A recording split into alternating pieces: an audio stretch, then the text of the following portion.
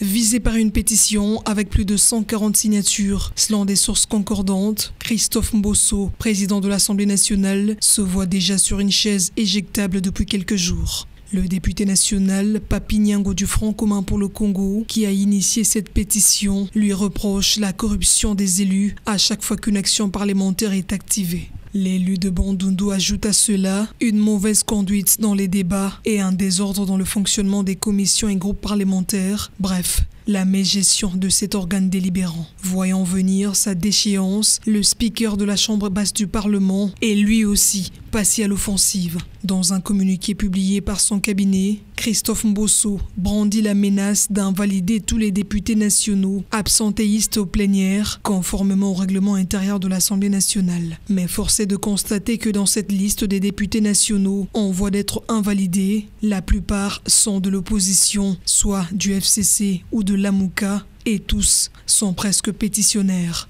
Sont visés par cette sanction Papy Nyango, l'auteur de la pétition, Marie-Ange Moucho-Bekwa, Henri Mova-Sakani, Néhémie Mouilania, Hassani, Balamagé, Afani, Machozi, Aubin Minakou, Charles Nawej, Adolphe Mouzito, pour ne citer que cela. D'aucuns s'interrogent si cette manière de procéder ne constitue-t-elle pas un acharnement ou un règlement de compte de la part du président de l'Assemblée nationale sur les élus nationaux, compte tenu du moment où cette affaire d'invalidation survient et quand on sait que le dossier sur la pétition veut être abordé. Laquelle alors de ces deux actions parlementaires prendra le dessus sur l'autre? L'avenir nous en dira plus.